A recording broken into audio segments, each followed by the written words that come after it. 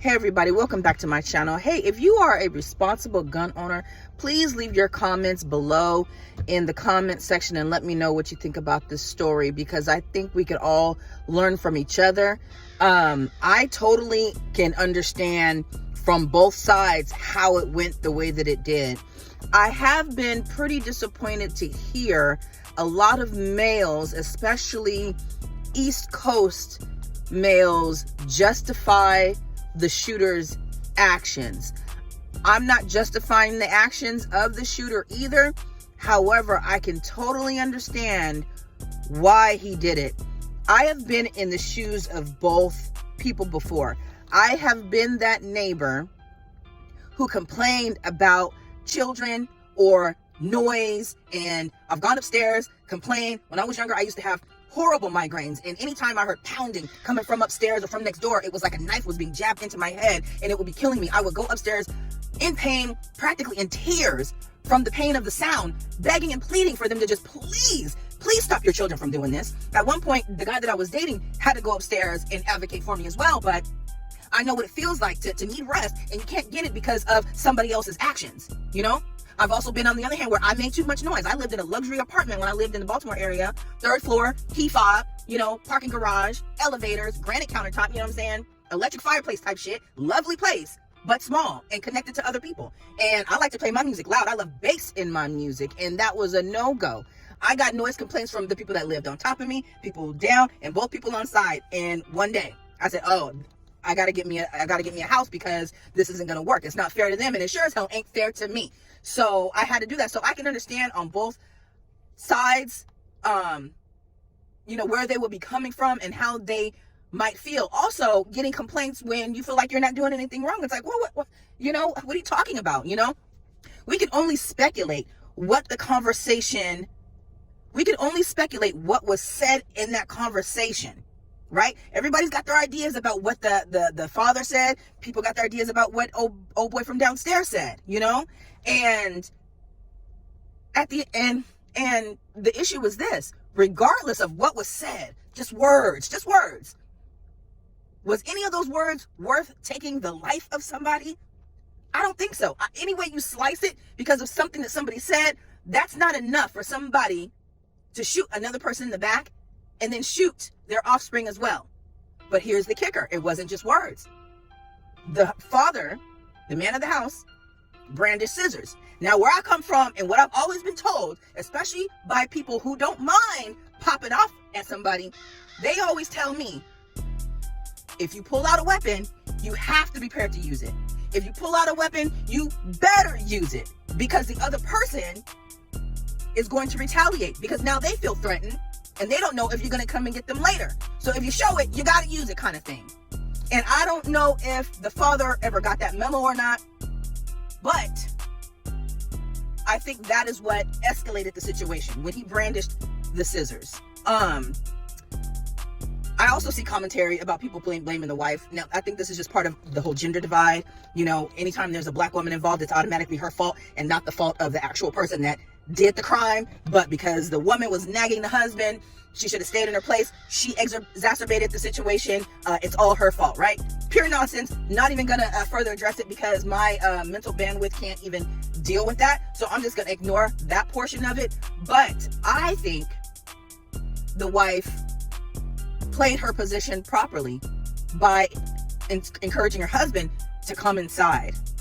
I think the wife saw something in the shooter that maybe the husband didn't see. But that's the thing when it comes to male and female and the ego. That man had to assert some sort of dominance. It had to happen. But he didn't assert enough. He should have never turned his back. I don't know how the conversation went. If he would have just acquiesced to the man's demands, hey, could you keep it down? I got to work in the morning. If this is what the conversation was, he could have said, my bad, brother, I could have. But we were also told, or I also learned, that the neighbor from downstairs already had called 311 to complain. So this wasn't his first time. So can you imagine? This man was probably at his wit's end. And let me tell you something. That's one reason why I decided until I was almost 40 to get my first cordless hole puncher. I didn't get my first cordless hole puncher until I was almost 40, because I know me and the frustration that I've had with people in moments like that, where I was justifiably angry, but there was nothing I could do. My mind and my imagination would go to violence, and I would imagine the unthinkable towards people that couldn't even help it. So I knew that I should not have a weapon until I was mentally sound and I had gotten rid of some of those demons. Now I'm a responsible gun owner. I research the laws in my state so that I know that I am protected, and I think twice about that. But I think this video is a good discussion to have, and that's why I want your input, because I need to know, what do I do in a situation such as this? I have a small child. He may do something to a neighbor, and then that neighbor confronts me. Should I already have my piece on me? What should I do? I think in this day and time, we have to be mindful of where other people are at mentally, spiritually, emotionally, financially, because all of that plays a role in their psyche and how they respond to things. And sometimes you have to make split decisions, and then sometimes you have opportunities to just sit and think about it first before you respond. I don't think the father thought about it before he responded, and I think that's one of the reasons why he got popped. You can easily compare it to Israel and Palestine. Israel had done a lot of damage to these people. Palestine was at their wits' end, and they said, look, I'm gonna go ahead and I gotta do something, because I'm tired of you keeping me oppressed. They pull out their proverbial scissors, which doesn't do much damage. But the thing is, you never know how the other person is gonna react. They pulled out their scissors. Israel pulled out a machine gun and just obliterated the whole thing. You never know the response you're going to get when you poke the bear. And that's what that guy did. And this is what happened. He lost his life. Not only his life, but his son lost his life.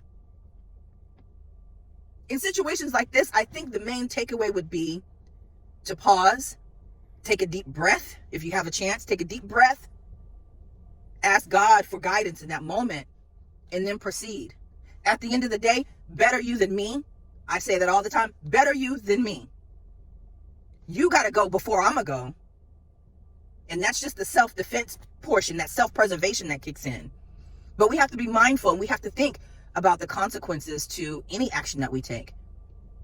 That neighbor down from downstairs, he's going to jail for a long time. Last I checked, he had not been found, but he's going to jail for a long time. Not only did he shoot a man in his back, which means he wasn't a threat at that point. Shot him in the back. He stood over him and popped him again. Double kill, to ensure that his life was gone. And then his son, a child, with no hesitation. You never know what people are going through. You never know what people are going through. You have to be careful of how you move. And before you confront people, think twice about it. Come from a place of humility, and you may get a more positive response. But I want to know what you guys think about the whole situation, and what would you do in that case? I'm really curious. Thanks.